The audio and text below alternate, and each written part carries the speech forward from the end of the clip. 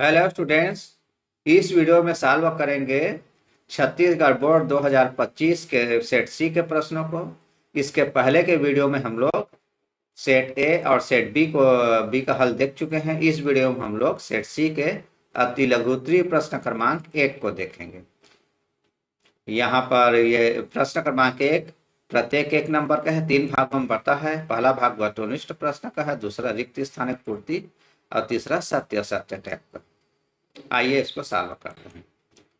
प्रश्न नंबर 1 है, सही विकल्प चुनकर लिखिए।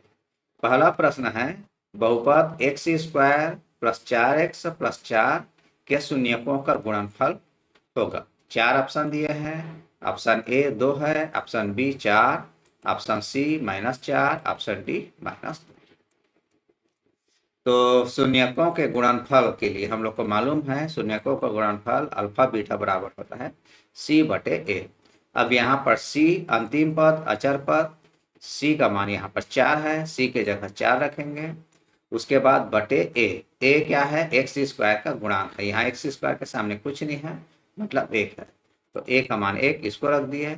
4 में 1 का भाग देंगे 4, तो यहाँ पर हम लोग का सही ऑप्शन बी है, बी सही ऑप्शन है। अब उसके बाद आते हैं प्रश्न नंबर 2 पर। लिखा है, निम्नलिखित में से कौन सा एक द्विघात समीकरण नहीं है। ऑप्शन ए में है x गुणित x माइनस 5 बराबर 0। यहाँ x से x का गुणा करेंगे, x की स्क्वायर हो जाएगी, स्क्वायर माने 2 घात, मतलब ये द्विघात समीकरण है। हम लोग को बताना है द्विघात समीकरण नहीं है, लेकिन ऑप्शन ए द्विघात समीकरण है। ऑप्शन बी में आते हैं, x माइनस 1 गुणित x माइनस 2 बराबर 0। यहाँ पर भी x को गुणा करेंगे एक्स स्क्वायर, ये भी 2 घात वाला आ जाएगी, यह भी अपना सही उत्तर नहीं है। अब ऑप्शन सी x माइनस 1 का स्क्वायर, यहाँ भी x की स्क्वायर, यहाँ पर भी x की स्क्वायर आएगी, मतलब ये भी सही उत्तर नहीं है। ऑप्शन डी में है -2x प्लस 5 बराबर 0। यहाँ पर 2 घात वाला कोई पद नहीं है, मतलब ये द्विघात समीकरण नहीं है, तो अपना सही उत्तर है ऑप्शन डी। अब आते हैं हम लोग प्रश्न नंबर 3 पर। कासेक स्क्वायर 60 अंश का मान होगा। यहाँ पर 4 ऑप्शन दिया है। पहला ऑप्शन 1/वर्गमूल 2, दूसरा ऑप्शन वर्गमूल 3/2, तीसरा ऑप्शन 2/वर्गमूल 3, चौथा ऑप्शन 4/3।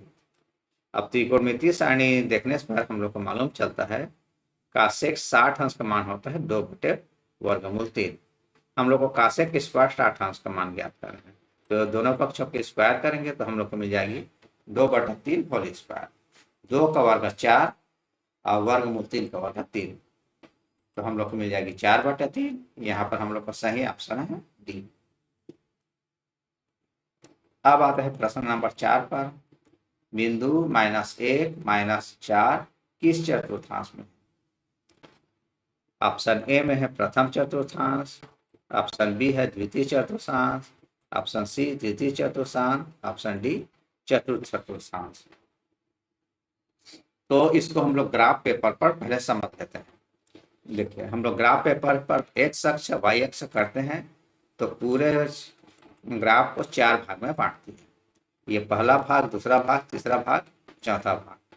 पहले भाग को हम लोग कहते हैं प्रथम चतुर्थांश, यहाँ पर x प्लस और y भी प्लस। द्वितीय भाग को हम लोग कहते हैं द्वितीय चतुर्थांश, यहाँ पर x निगेटिव रहेगी माइनस में और y प्लस में रहेगी। तीसरे भाग को कहते हैं हम लोग तृतीय चतुर्थांश, यहाँ पर x माइनस में और y माइनस, तो x y दोनों माइनस में। ये आखिरी चौथा को हम लोग कहेंगे चतुर्थ चतुर्थांश, यहाँ पर x प्लस में रहती है, y माइनस में। अब हम लोग को प्रश्न में दिया गया बिंदु -1 -4 दोनों माइनस में है, मतलब ये तृतीय चतुर्थांश हम लोग का सही ऑप्शन है, ऑप्शन सी करेक्ट आंसर। अब आते हैं हम लोग 5वें प्रश्न पर। r त्रिज्या तथा l तिर्यक ऊंचाई वाला शंकु का वक्र पृष्ठ होगा। यहाँ 4 ऑप्शन है। Option A 2πrh, option B में है 2πrl, option C πrl, option D 2πr²l। तो यहाँ पर सही ऑप्शन सी πrl सही होता है। अब आते हैं एक के भाग बी में। रिक्त स्थान की पूर्ति कीजिए। पहला प्रश्न है 1 प्लस काट स्क्वायर थीटा का मान खाली स्थान हो। हम लोग को मालूम है कासेक स्क्वायर थीटा बराबर 1 प्लस काट स्क्वायर थीटा। यहाँ से स्क्वायर हटाने के लिए हम लोग को इधर रूट करना पड़ेगा, तो हम लोग का सही उत्तर हो जाएगी कासेक थीटा।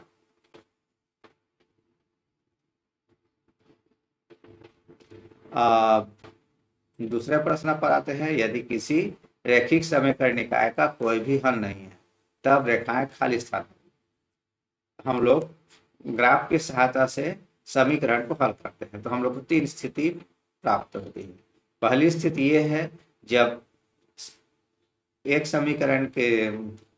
समीकरण को दर्शाने वाली रेखा से दूसरी रेखा कट जाती है, तो उस स्थिति में समीकरण का एक हल एक्स वाई दोनों के एक एक मान प्राप्त होता है। इसको हम लोग कहते हैं अद्वितीय हल। दूसरी स्थिति यह होती है कि पहली रेखा दूसरी रेखा को नहीं काटती, उस स्थिति में समीकरण को कोई भी हल प्राप्त नहीं हो पाता।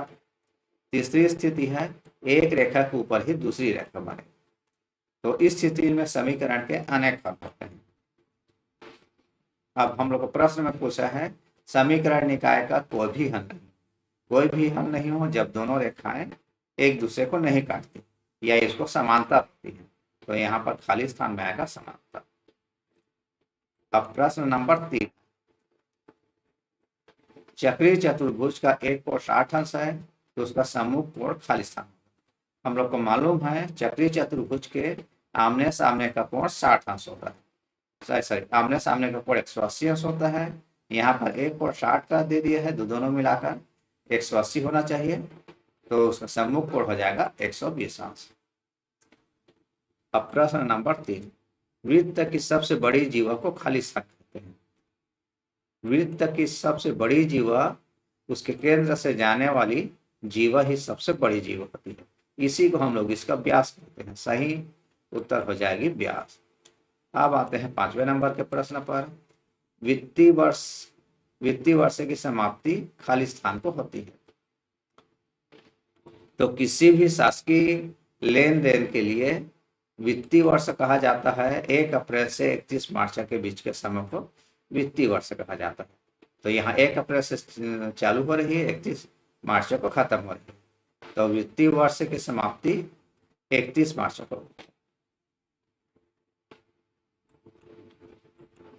अब आते हैं प्रश्न पहले का भाग सी में लिखा है सत्य अथवा असत्य लिखिए। पहला प्रश्न लिखा है जिस राशि पर ब्याज की गणना की जाती है उसे मिश्र अध्ययन करते हैं।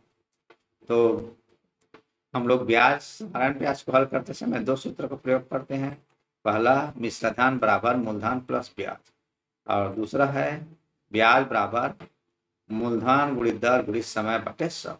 यहाँ पर ये सूत्र देखने से पता चला है ब्याज जो है मूलधन के पर गणना किया जाता है, तो ये कथन हम लोग का गलत है। यहाँ पर लिखा है मिश्राधान, सही मायने में इसको मूलधन पर ब्याज की गणना करते हैं, जिस राशि पर ब्याज की गणना करते हैं उसको मूलधन कहते हैं। अब आते हैं प्रश्न नंबर 2, यदि 2 त्रिभुज की सगुभुज या समानुपातिक हो तो वे त्रिभुज समरूप त्रिभुज होते हैं, लेकिन प्रश्न में लिखा है समरूप त्रिभुज नहीं होते, तो ये कथन हम गलत है। अब आते हैं प्रश्न नंबर 3, बिंदु P 0.5 धनात्मक y अक्ष पर स्थित है। तो हम लोग बिंदु P को ग्राफ पर अंकित करके देखते हैं।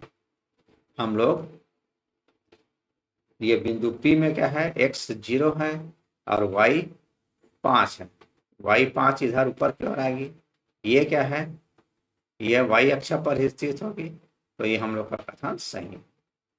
अब उसके बाद आते हैं अब प्रश्न नंबर 4, यदि a अनुपात b अनुपात c हो तो c को मध्यानुपाती कहते हैं।